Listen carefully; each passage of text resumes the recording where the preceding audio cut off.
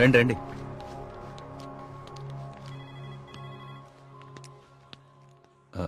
ఆ దెబ్బేంటి? చిన్న యాక్సిడెంట్. జాగ్రత్త కార్తీక్. చాలా ఆశ్చర్యంగా ఉంది ఇన్స్పెక్టర్. చనిపోయే వాళ్ళకి ఆత్మహత్య చేసుకునే అంత సమస్యలే లేవు. చాలా సంతోషంగా ఉండే ఫ్యామిలీస్ వాళ్ళవి. పైగా చదువు రాని వాళ్ళు కూడా గాంధార లిపిలో దేవుడు నన్ను పిలుస్తున్నాడు నేను వెళ్ళాలి అని రాయటం ఏంటి? చనిపోయే ముందు నెమలి కనపడి మాయమైపోవటం ఏంటి? అసలు ఏమీ అర్థం కావట్లేదు.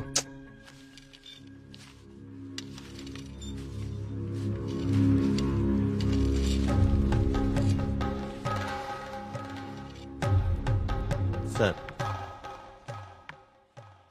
ఇదిగోండి సార్ ఫైల్. ఇక్కడ పెట్టు. పోస్ట్ మార్టం చేసిన డాక్టర్ని అడిగాను. వాళ్ళు చనిపోయిన వాళ్ళకి ఎలాంటి హెల్త్ ప్రాబ్లమ్స్ లేవని చెప్పారు. అలానే బ్లడ్ టెస్ట్ రిపోర్ట్స్ కూడా నార్మల్గానే ఉన్నాయి.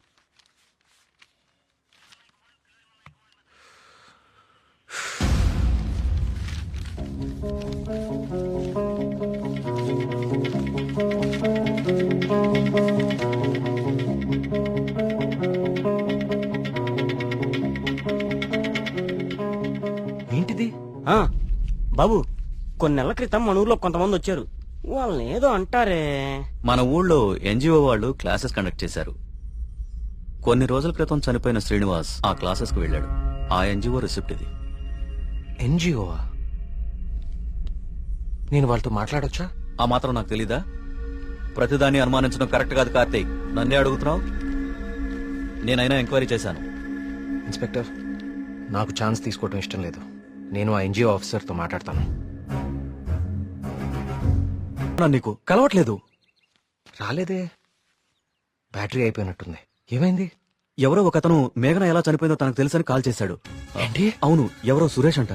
అతను మహదేవపురం నుంచి కాల్ చేస్తున్నా అని చెప్పాడు. నాకు డౌట్ వచ్చి నేను సిగ్నల్ ట్రేస్ చేశాను. చేస్తే అతను చెప్పింది నిజమే కార్తీక్. ఉందా నంబరు? ఇదే. Thanks inspector. మీరు ఇక్కడే ఉండండి, నేను ఆ ఊరికి వెళ్తాను. కానీ ఆ ఊరు దారి నాకు తెలుసు. ఇక్కడ నుంచి దాదాపు 250 కిలోమీటర్స్ ఆ ఊరు. Come on let's go. జాగ్రత్త కార్తీక్. అసలు ఈ సురేష్ అనేవాడు ఎవడు? తనకి మేఘనా చావు గురించి ఎలా తెలుసు? నేను అదే ఆలోచిస్తున్నా కార్తీక్. ప్రియా, ఒకసారి నీ ఫోన్ ఇవ్వు. సురేష్.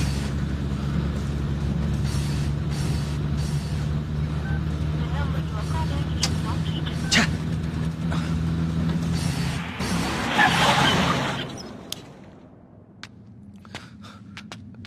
రా.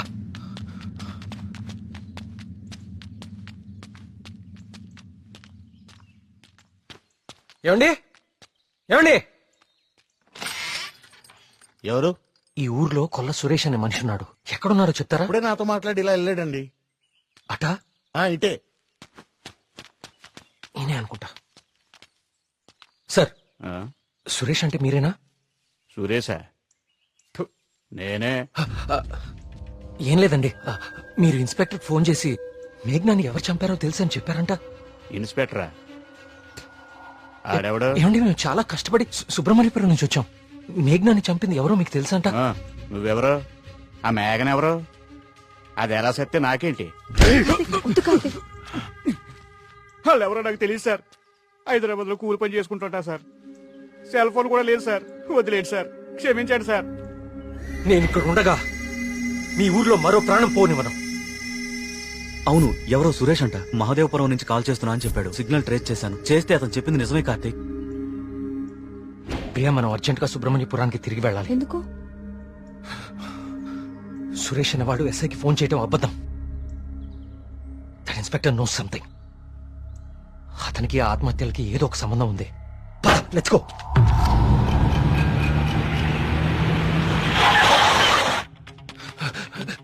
సార్, ఆ ఎస్ఐ ఎక్కడ ఉన్నాడు? అతనికి ఈ ఆత్మహత్యలకి ఏదో ఒక సంబంధం ఉంది సార్. నన్ను మహాదేవపురం పంపించేసి ఇక్కడ ఇంకో చావు ప్లాన్ చేశాడు. అతను ఆపాలి సార్, అతను ఆపాలి. ఈ ఊర్లో ఇంకొక్క ప్రాణం కూడా పోకూడదు. ఏం మాట్లాడరేంటి సార్? చచ్చిపోయాడు బాబు, చచ్చిపోయాడు బాబు.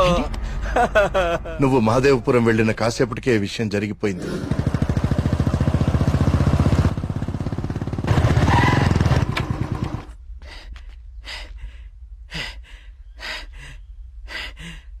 ఇన్స్పెక్టర్ గారు టీ ఇదేమంటారా?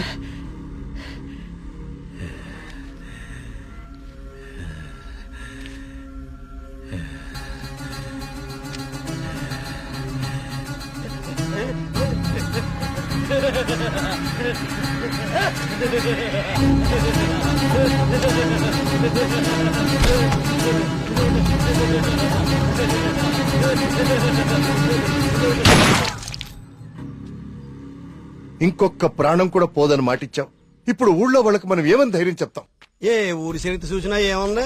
నా ఎండు చేపల కంపు, చిన్న చేపలు చచ్చి పెద్ద చేపలు బతికిన ఇదని చెప్పండి. అంతకంటే ఏం చెప్తారు? మీ వంశ చరిత్రలో ఈరగాథలు చెప్పుకోవడానికి ఈ ఊరు ఉండాలి, ఆ గుడి ఉండాలి, చిత్తం బాబు అనడానికి ఈ మనుషులు ఉండాలి. కానీ వర్మ గారు, మీకు ఊడిగా చేయడానికి కూడా మనుషులు మిగడం లేదు ఈ ఊళ్ళో. ఎమ్మెల్యే గారు, మీరు నన్ను అపార్థం చేసుకుంటున్నారు. ముందు మీరు సరిగా అర్థం చేసుకోండి. పోతున్న పేనాలు గుడిసెల్లోయి, కోట్లో కాదు కదా. అందుకే మీకు అర్థం కావట్లేదు. అయినా ఓ ప్రశ్నకి సమాధానం చెప్పండి. ప్రమాదం అని తెలిసి ఈ ఊళ్ళోనే ఎందుకు ఉండాలి?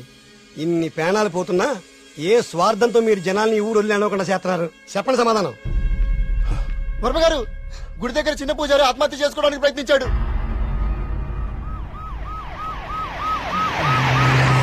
దేవుడికి ఇష్టం లేని అభిషేకం జరిగింది.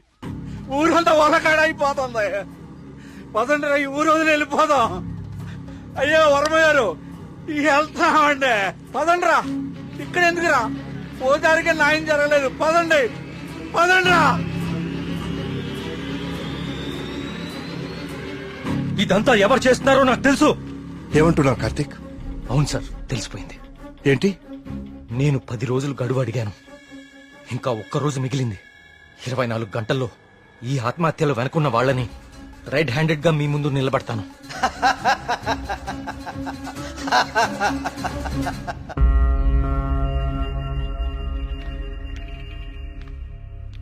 కార్తీక్ అడిగిన ఒక్కరోజు గడువు గురించి ఎమ్మెల్యే గారితో ఫోన్లో మాట్లాడారు. ఇంకే ఒక్క ప్రాణ నష్టం జరిగినా మనమంతా ఈ ఊరు ఖాళీ చేయాల్సి వస్తుందని ఆయన చెప్పేశారు.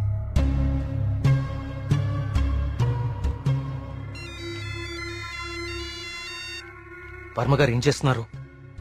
ముఖ్యమంత్రి గారితో ఎమ్మెల్యే గారితో ఇప్పటిదాకా ఫోన్లో మాట్లాడారు. ఇంకేమో మన ఊరు గురించి మాట్లాడుతున్నారు. సరే కుమార్. స్వామి, సమస్య సృష్టించింది నువ్వే, పరిష్కారం చూపించాల్సింది నువ్వే. ఊరు ఖాళీ అవ్వడమే నువ్వు చూపించే పరిష్కారమా?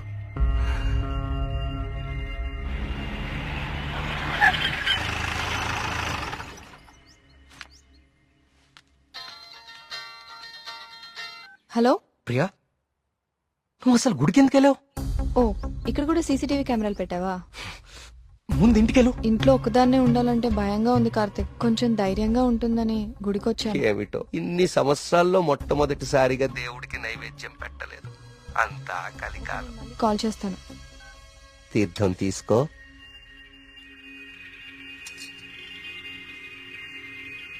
ఆయుష్మాన్ భవ. అమ్మగారు నమస్కారం అండి. పూజారి గారి ప్రసాదం మీకు ఇచ్చిరమ్మన్నారు, ఓకే. తీసుకోండి. హలో. హలో. Thank you. ఉంటానమ్మా. ప్రియా వచ్చింది ఎవరు? పూజారి గారు ప్రసాదం ఇచ్చి పంపించారు. ఇందాక ఇవ్వడం మర్చిపోయారంట. సరే, జాగ్రత్త.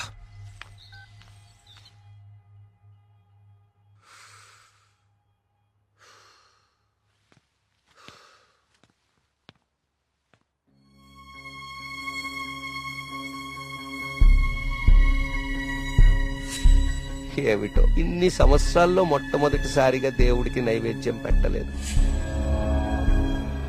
పూజారి గారు ప్రసాదం ఇచ్చి పంపించారు. ఇందాక ఇవ్వడం మర్చిపోయారంట.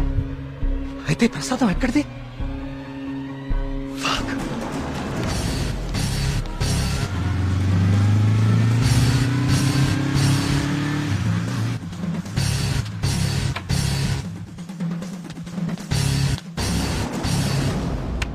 ప్రియా, ప్రియా, ప్రియా, ప్రియా, తలుపుతీ. ప్రియా, ప్రియా, వినపడుతుందా?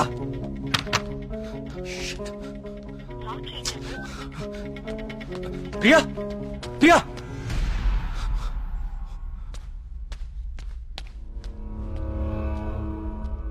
ప్రియా, నీ ఫోన్ స్విచ్ ఆఫ్ లో ఎందుకుంది? తలుపు కొడుతుంటే తీయట్లేదేంటి? Priya, what happened?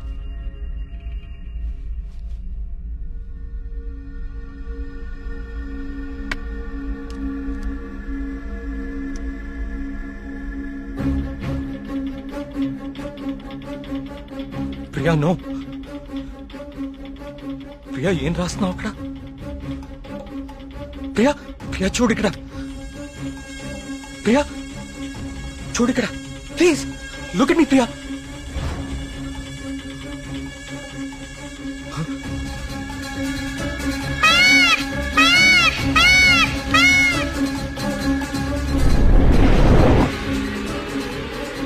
ప్రియా ప్రియా ప్రియా ప్రియా ప్రియా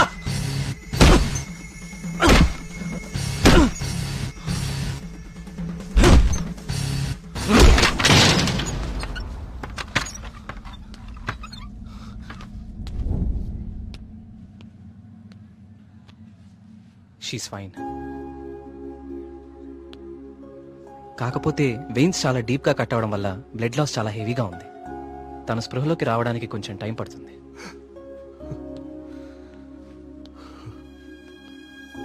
కార్తీక్ ఒకసారి రండి.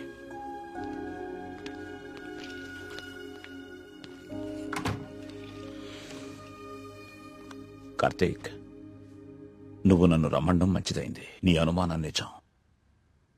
ప్రియ తిన్న ఫుడ్లో ఒక డ్రగ్ కలపబడింది. ప్రియ బ్లడ్ ని పవర్ఫుల్ మైక్రోస్కోపిక్ అబ్జర్వేషన్ చేశాను. ఆ డ్రగ్ వల్లే ప్రియ ఆత్మహత్య చేసుకోబోయింది. విషయం అయితే చనిపోతారు. ఇలా డ్రగ్ మూలంగా ఆత్మహత్య చేసుకోవటం ఏంటి? చెప్తాను. కొన్ని వందల సంవత్సరాల క్రితం ఆయుర్వేద బ్రహ్మగా పేరొందిన సుశ్రుతుడు కొన్ని రకాల మొక్కలకి మనిషి మెదడుని కంట్రోల్ చేసే శక్తి ఉందని కనుగొన్నాడు. వాటితో ఒక డ్రగ్ తయారు చేశాడు. అలెగ్జాండర్ తన ప్రపంచ జైత్రయాత్రలో భాగంగా తన సైనికుల మీద ఈ డ్రగ్ ను ఉపయోగించాడు. ఎన్ని దెబ్బలు తగిలినా తమ శారీరక స్థితిని పట్టించుకోకుండా పిచ్చి పట్టినట్లుగా యుద్ధానికి వెళ్లేవారు.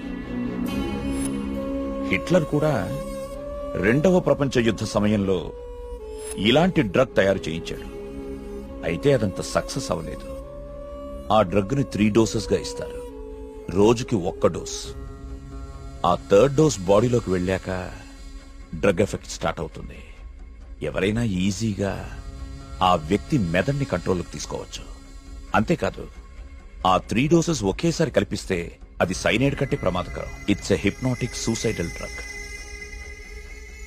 అంటే ప్రియా కూడా? ఎస్, ప్రియ విషయంలో కూడా అదే జరిగింది. ఆ డ్రగ్ కలిపారు. That might be 3rd dose. అంతకుముందే 2 డోసెస్ ఇచ్చేసి ఉండాలి. ఆ ఫుడ్ తిన్న వెంటనే ప్రియ మీద హిప్నాటిక్ ఎఫెక్ట్ స్టార్ట్ అయింది. అయితే ఎవరో తనని లెటర్ రాసి ఆత్మహత్య చేసుకునేలాగా హిప్నటైజ్ చేశారు. You're right. ఈ డ్రగ్ అసలు మన మార్కెట్లో దొరుకుతుందా? మార్కెట్లో ప్రోజోన్, డాల్మెన్ లాంటి హిప్నాటిక్ డ్రగ్స్ ఉన్నాయి. కానీ ప్రియకిచ్చింది వెరీ పవర్ఫుల్ డ్రగ్. అసలు ఇలాంటి డ్రగ్ ఒకటి ఉందని ఇప్పటి ప్రపంచానికి తెలియదు. వీటిని తయారు చేయడానికి కొన్ని రకాల మొక్కలు వాడతారు కార్తీక్. దే ఆర్ కాల్డ్ సైకోసిస్ ఇండ్యూసింగ్ ప్లాంట్స్. ఇవి జర్మనీ పరిసర ప్రాంతాల్లో మాత్రమే దొరుకుతాయి. కొన్ని లక్షలు ఖర్చవుతాయి కార్తీక్ ఈ డ్రగ్ ని తయారు చేయడానికి. మరి పోస్ట్ మార్టం రిపోర్ట్ లో ఈ డ్రగ్ గురించి ఎందుకు తెలియలేదు మనకి? అదే దీని స్పెషాలిటీ. 3rd డోస్ బాడీ లోపలికి వెళ్ళాక ఇది బ్లడ్ లో చాలా డీప్ గా మిక్స్ అయిపోతుంది. ఇది బ్లడ్ లో ఉండేది కేవలం 2 గంటలు మాత్రమే. ఆ తర్వాత ఎవాపరేట్ అయిపోతుంది. మనుషులు మామూలు అయిపోతారు. కానీ ఒకేసారి 3 డోసులు ఇస్తే వెంటనే చచ్చిపోతారు. పోస్ట్ మార్టం చేసేటప్పుడు నార్మల్ బ్లడ్ టెస్ట్ చేస్తాం కాబట్టి ఈ డ్రగ్ గురించి తెలియడం ఇంపాసిబుల్. అదృష్టం ఏంటంటే నువ్వు ప్రియని చాలా ఫాస్ట్ గా 2 అవర్స్ లోపే హాస్పిటల్కి తీసుకొచ్చావు.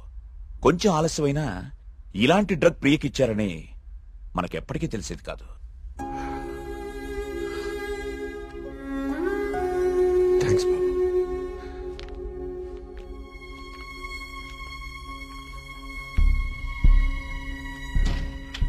అయితే అన్ని ఆత్మహత్యలకి కారణం ఆ డ్రగ్.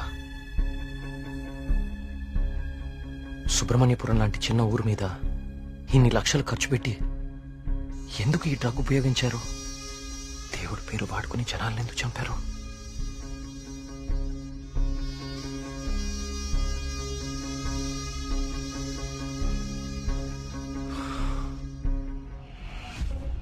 సుబ్రహ్మణ్యపురం ఆలయంతో సహా గణపతి స్థపతి కట్టిన ఆలయాలన్నీ ఒకలాగానే ఉన్నాయి. ఏదో లింక్ మిస్ అవుతున్నాను. అదేంటి ఆ ఈశాన్య మూల గది?